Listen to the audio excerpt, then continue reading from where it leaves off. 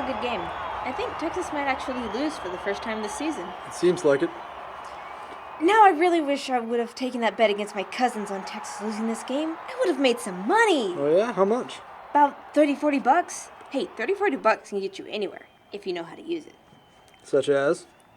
Like going to see a movie at the drive-in.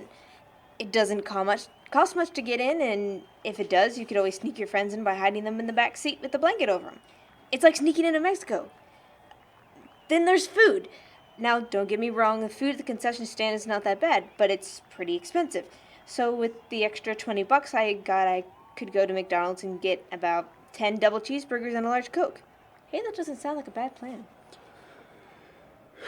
What would you really do with the $40, Danielle? Probably ask my brother to buy me some cheap tequila and then a pack of cigarettes. Don't judge me, Jesse. I know we all go to the same church, but please don't give me the same look that my friends' parents and the pastor give me whenever I walk in every Wednesday night and Sunday morning. I'm not going to judge you, Danielle. Sadly, it's not like you're the only one in church that sins differently. There's a quote I once heard someone say to a group of ladies at church. It was a woman who was once a prostitute who was trying to quit for the good of her son. And I remember during the pastor's service, there were people snickering, pointing, whispering things like, "Oh, she really wore that to church?" I mean, I didn't know it was Halloween already, and I sure hope she doesn't go up to the pastor and shake his hand. I mean, I wasn't shocked or surprised, to say the least. And then one day, she heard one of their comments and walked up to her and said, "Don't judge me, because I sin differently." I think I might know who you're talking about. I've seen her a couple of times now. She's about 2 or 3 years older than us. She tried our Wednesday night class, and I remember all the guys couldn't stop staring at her. I thought she was pretty beautiful myself. The girls couldn't stop giving disgusted looks and would text each other about how this slut didn't get struck by lightning whenever she walked into the building. Well, I mean, it's not that surprising, it's just disappointing. I'm with you on that one. I mean, whenever the pastor or even our class instructor tells us they understand what's going on in today's society, it makes me want to jump up and say, "Really? How could they possibly know what a person is feeling at the time? I mean, they're too busy making sure they're taking pictures at their fundraisers to let people know they were there. And how could they possibly know whenever half of the time they don't know half the people in the church? I mean, yeah, the church might be big and all, but it would help if the pastor was there to at least walk up to you and say, 'Hey, Danielle, how's school going, or the soccer team doing this year?' It's usually just him walking up and saying hi, and that's it." Well, I think sometimes people forget the big picture when they get caught up with other things. They think that maybe this way is better to get through to the kids than by dragging them out to some farm and having them plant trees. And they think that if they work together that maybe they won't be so distant from everyone. They won't wear strange clothing, listen to weird music, or talk in unusual vernacular if they work together. And sadly, that's not the point. The main point is what friends, family, and even pastors forget whenever they try to get through to kids everywhere. And what's that? Listening. Touche. Cheers to that. Cheers. I guess next time I'll tell Andrew to get a different brand, because I don't feel a buzz coming over me. I don't feel anything either. That's because you only had one drink. Yeah, that might be it. Or it could be that you can hold your liquor. That might be the case. Say, this is the first time we've really had a conversation. We've never said a word to each other in school or church. What do you think caused that? Cameron and Joe's fight? Maybe so. You think we should have gone out there and tried to stop it? No, I think you did the right thing. Yeah, I guess. But they're my friends. But then again, how would I stop those two from fighting? I mean, I'm better staying in here with you than standing out in the backyard watching Sylvia screaming at Cameron to stop hitting Joe and comforting poor Maria as she's sobbing. Then here's the best part. Brandon will try to be Mr. Peacemaker and separate the two. However, Dumbass will get hit by one of them and then he'll start fighting right with them. It's ridiculous.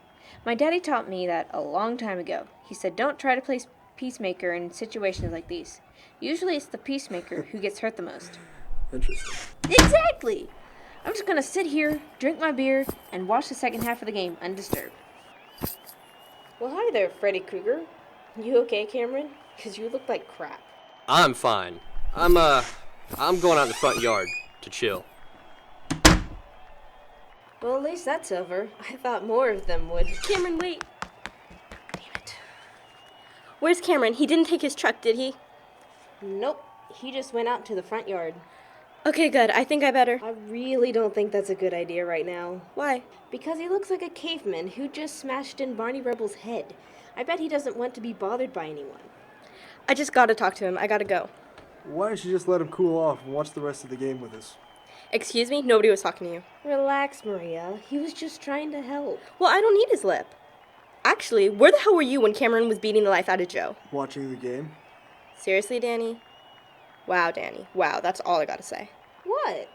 Oh, don't play stupid with me. You could have stopped it instead of watching the stupid game with this freak. Instead, Cameron looks like he's about to commit murder while Joe looks like Rocky Balboa. You've actually seen Rocky? Please stop talking.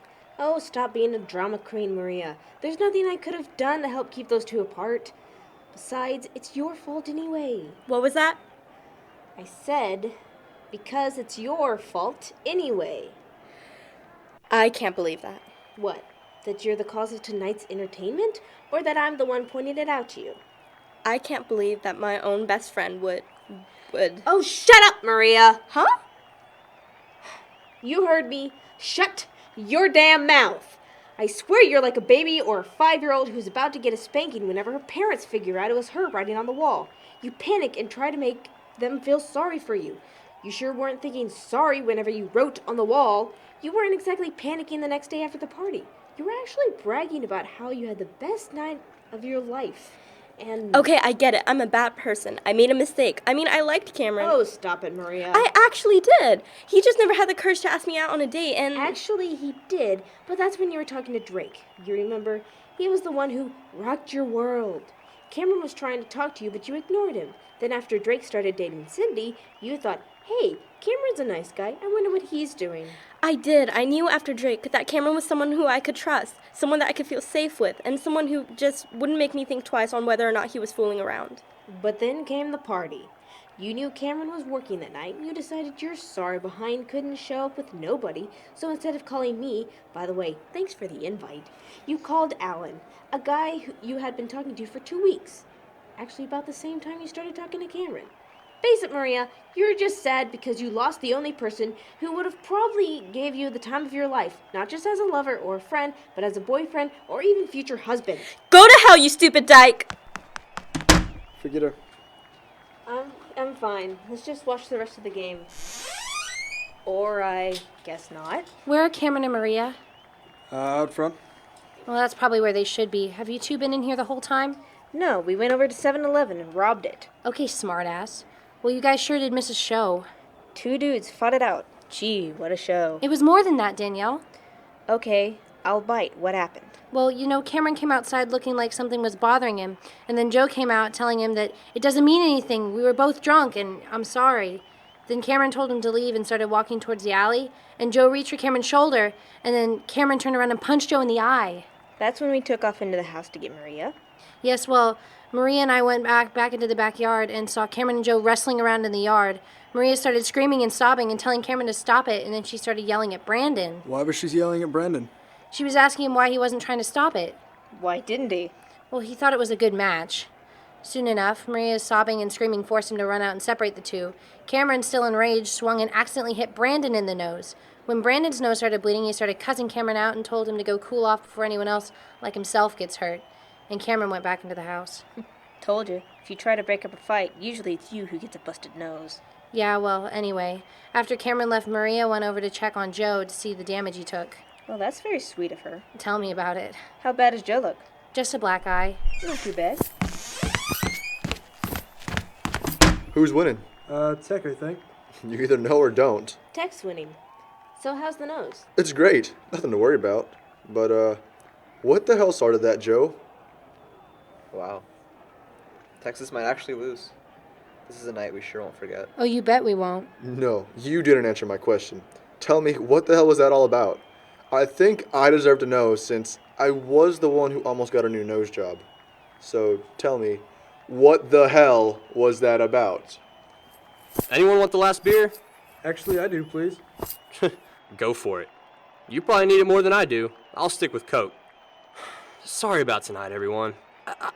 I really wish that didn't have to happen tonight. Okay, first, Cameron, she wasn't your girl. And second, again, we were both drunk and... Oh, just shut up, Joe. There's no way getting through to him. Jesus, I wouldn't blame him. What's wrong with you, skank? Don't call her that. Why? It's the truth, ain't it? This is none of our business, Brandon. Are you kidding me? Look at my nose, bitch. Cameron made it my business whenever he decked me in the backyard. And I probably stepped in some dog crap trying to pull the two apart. I don't care. You don't ever call a girl a skank. I just don't like it. Oh, brother. What's the matter with you, man? Ever heard of the phrase, bros before hoes? I mean, I wish I'd known this earlier. I would have let Cameron beat the tar out of you a little more. Okay. I get it. I'm the worst friend ever. There, happy? Maria, you never gave him a chance. You kept leading him on and on. I mean, if you really believe that he was the one, then why in the hell did you wait until now? Seriously? I mean, did you want to make sure that there weren't any other contestants that might have been better than Cameron here? That's not... Oh, save it.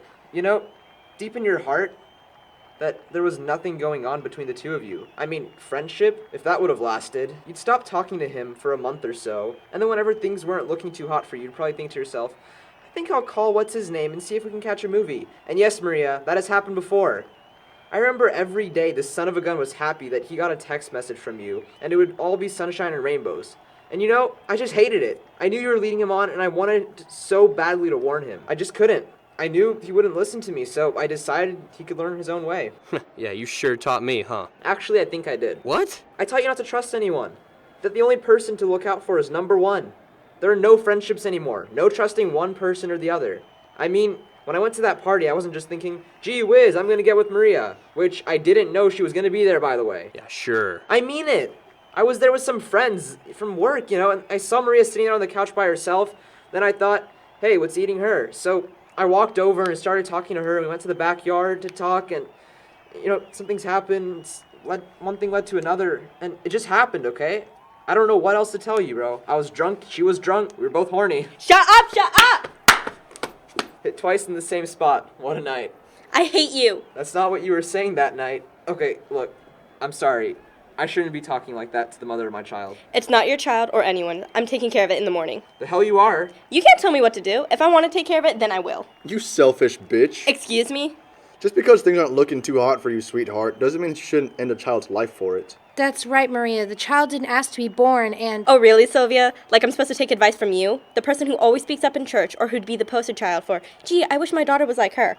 Listen, I sure do wish everyone up there could see you sitting on the bar stool down at Dudley's and watch you get drunk off your ass and be taken home by some 30-year-old perv. You think you're so high and mighty, Sylvia, but in reality, you're no better than me. Maria. Oh, don't Maria me. And you. I'm sorry that I hurt you. I'm sorry that I led you on multiple times, but I don't know, Cameron. I wish it was you that night instead of Joe. I'm sorry. I wish it was you going through this with me. Whenever we would say goodbye to one another after our study or lunch dates, I just had to get a hug from you. I had to. Every time you held me in your arms, I felt safe. When I was 7-year-old, wandering through my empty house on a stormy night, my grandpa, Phil, would pick me up and hold me and tell me, "It's all right, princess, it's all right."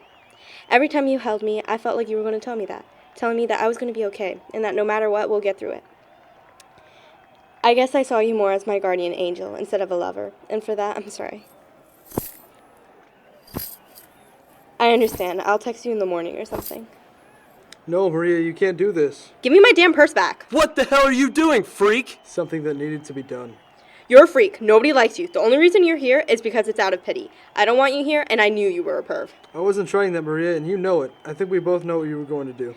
You little thief. Fine, take it. See if I care. Look, I'm walking her out to her car, and when I come back, you better be gone. Cameron, don't give up hope, my friend. There's still good people out there. It's just difficult trying to find them. But when you do find them, it's worth it. Danielle, can I borrow your phone? Sure, pal. I'm going to take this outside if you don't mind. Take your time. I guess we're not watching the game. Oh well, it's not like something spectacular was going to happen anyway. I'm going to use the bathroom. And then there were two. I don't know what to say. I mean, I knew what happened between the two of you. Just what? I just didn't want to believe that you would do something like that. Well, I'm sorry for letting you down. Why, Joe? I mean, you knew the consequences that would come out of this. You've always been the one that would think before you act. I mean, come on. Remember our sophomore year whenever I suggested that we should skip school and go to the mall and catch a flick? And you chickened out because you thought we'd get caught? Tell me, what happened to that guy? He saw the light. What? Oh, don't give me that bull, Sylvia. What happened to that guy? What happened to that guy? He's been here the whole damn time, except your dumbass hasn't realized it yet. Joe. Who do you think you are? No, really. You actually believe you know everything about me? Did you know my favorite song is Midnight Rider by the Allman Brothers? Did you know that I hate The Big Bang Theory? I can't stand that show. It's a complete lie.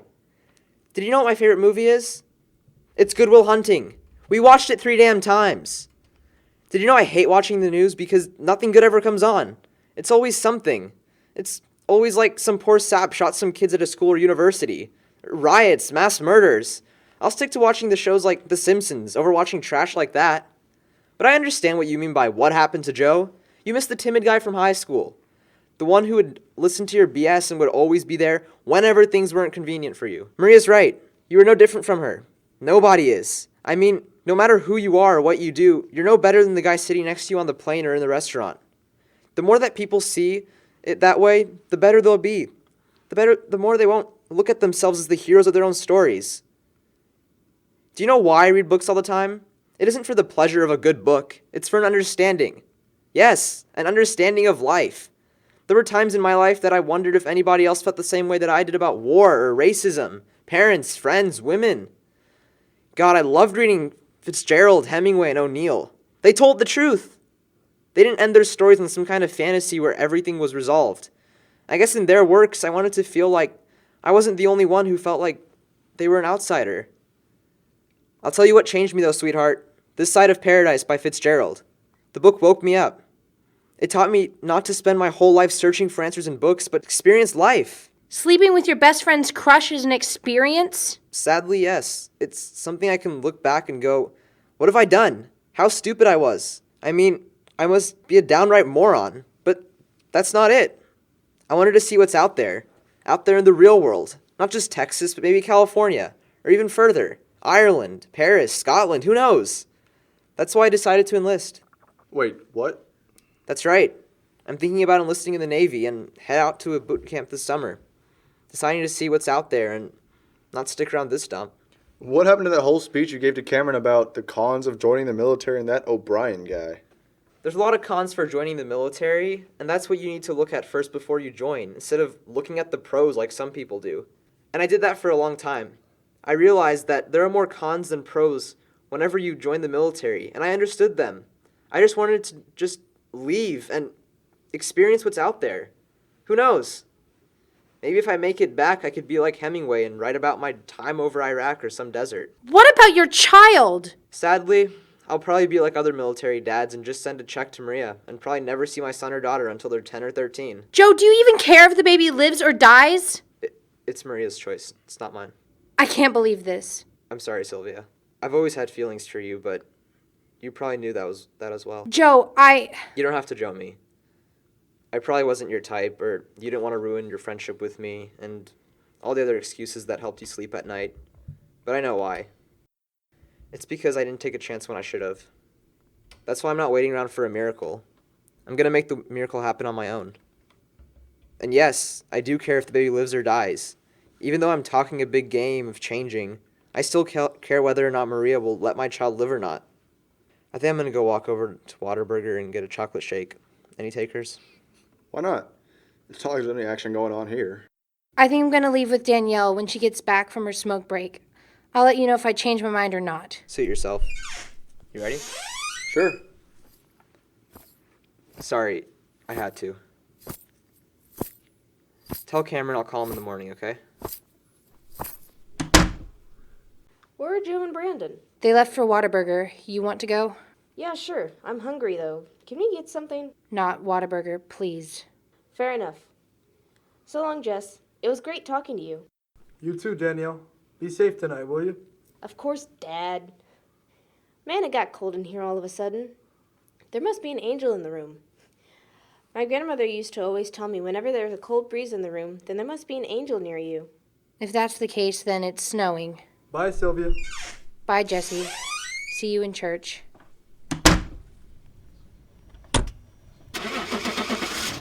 Hello, son. Hello, Father.